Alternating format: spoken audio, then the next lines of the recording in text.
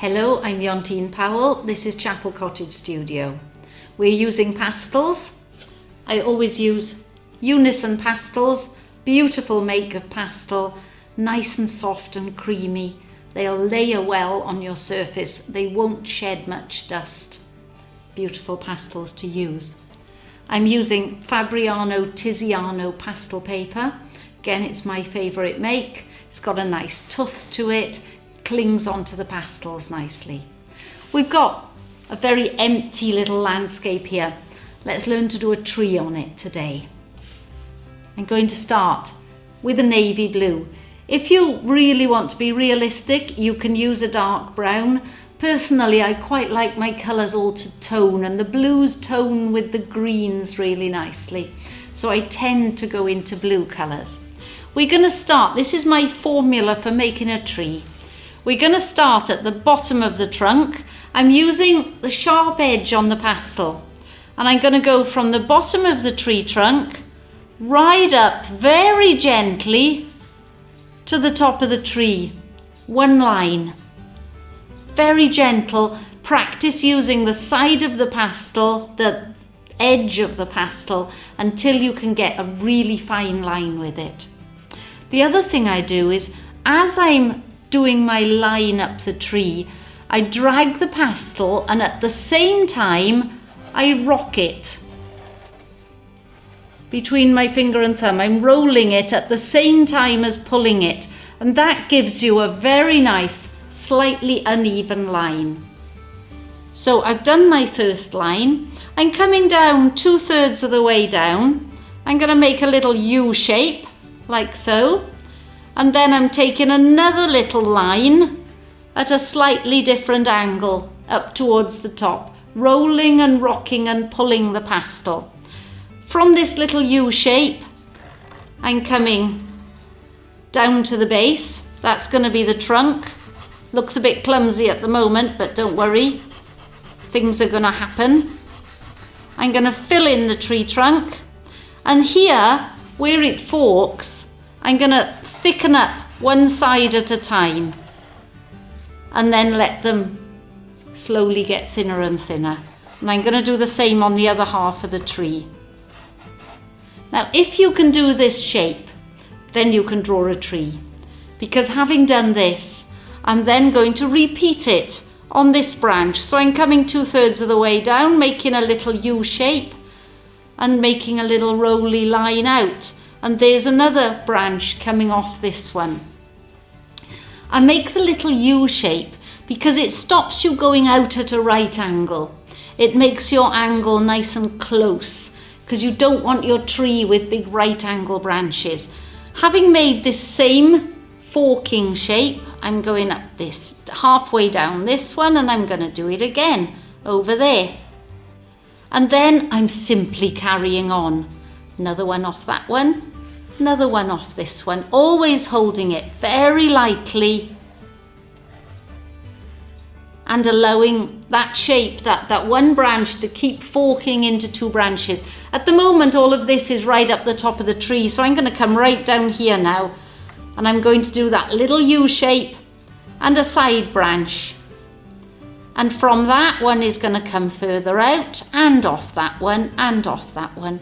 When we get to this point, we've got to start realizing that all branches don't stay out of each other's way. They're going to cross over. So I might take some from here that are crossing over there and crossing over here. Let's come down this side further. Make some different angles. It's very tempting to take everything at the same angle all the way up the tree. So do make sure that you don't do that. I'm going to come right down low here and put a little branch at the bottom. Maybe a different one by there. But always trying to change the angles, trying to do something different.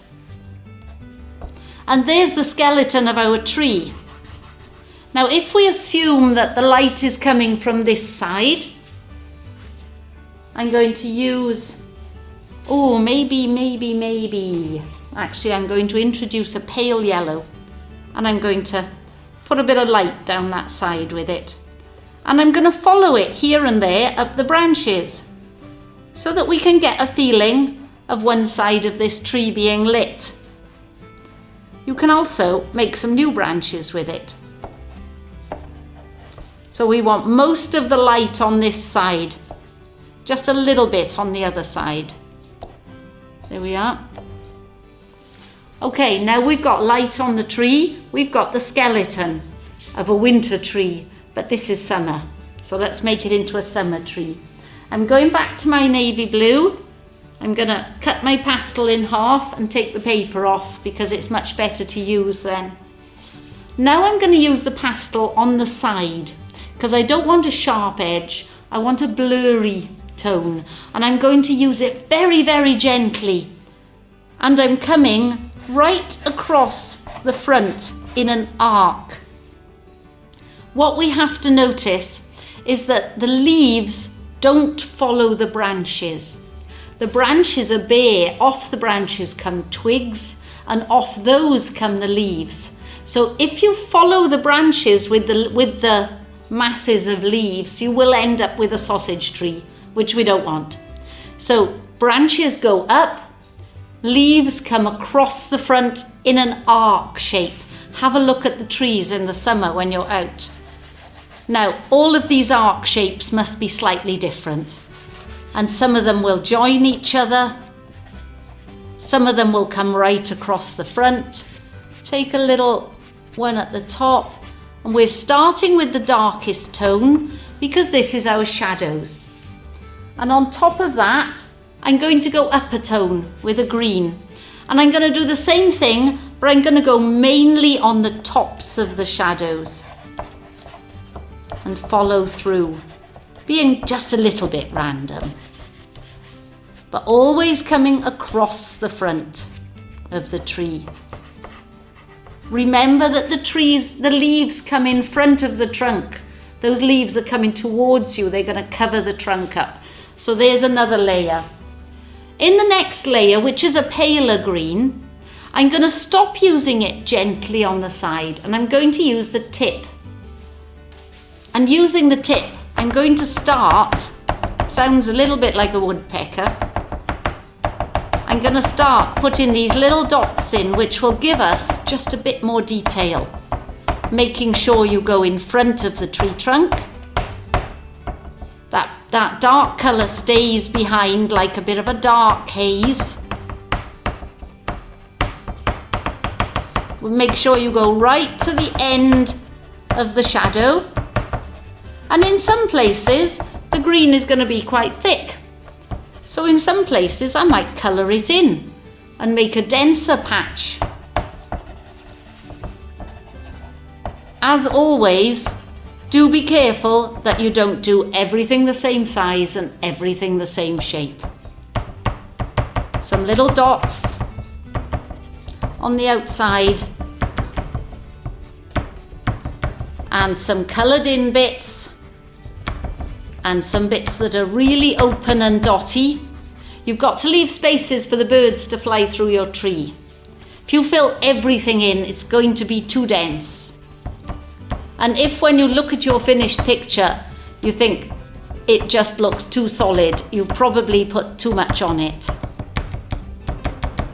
My light is coming from this side. So let's get some lit leaves on the edges of the tree over here.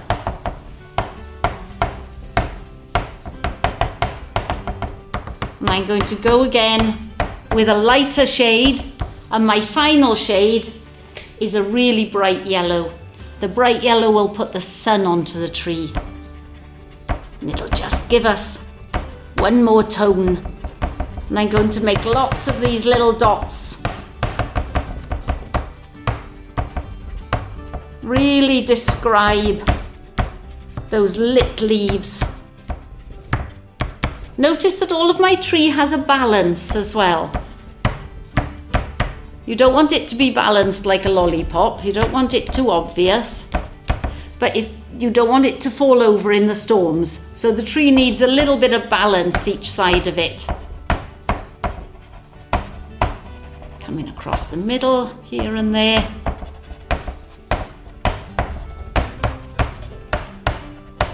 And And I may, just to finish it off, put a little bit more dark in here and there, bring up the shadow just a little bit under the leaves. Because the light only works if you've got enough shadow. Now, I like to always add a little tiny bit of colour to my pictures, and it's usually pink. So I'm just going to add a little bit, for nothing more than it's a nice colour. And having added a little bit in there, I'm going to make sure that our tree exists by giving it a shadow on the ground. If it doesn't have a shadow, then it doesn't exist. So it's got a shadow there, and I might just add a little bit of the pink into the ground as well. Now once you've done one tree, once you use this formula to make a tree, you can do any tree. This is quite, I'm not a botanist, but this is quite a tall, narrow tree. If you're going to do a big spreading oak tree, it's the same formula, but your branches are thicker and they come out wider. The only trees that are different are a conifer, which has got a single one going right up to the top. But any other tree, once you know the formula, is easy enough. Thank you very much for watching.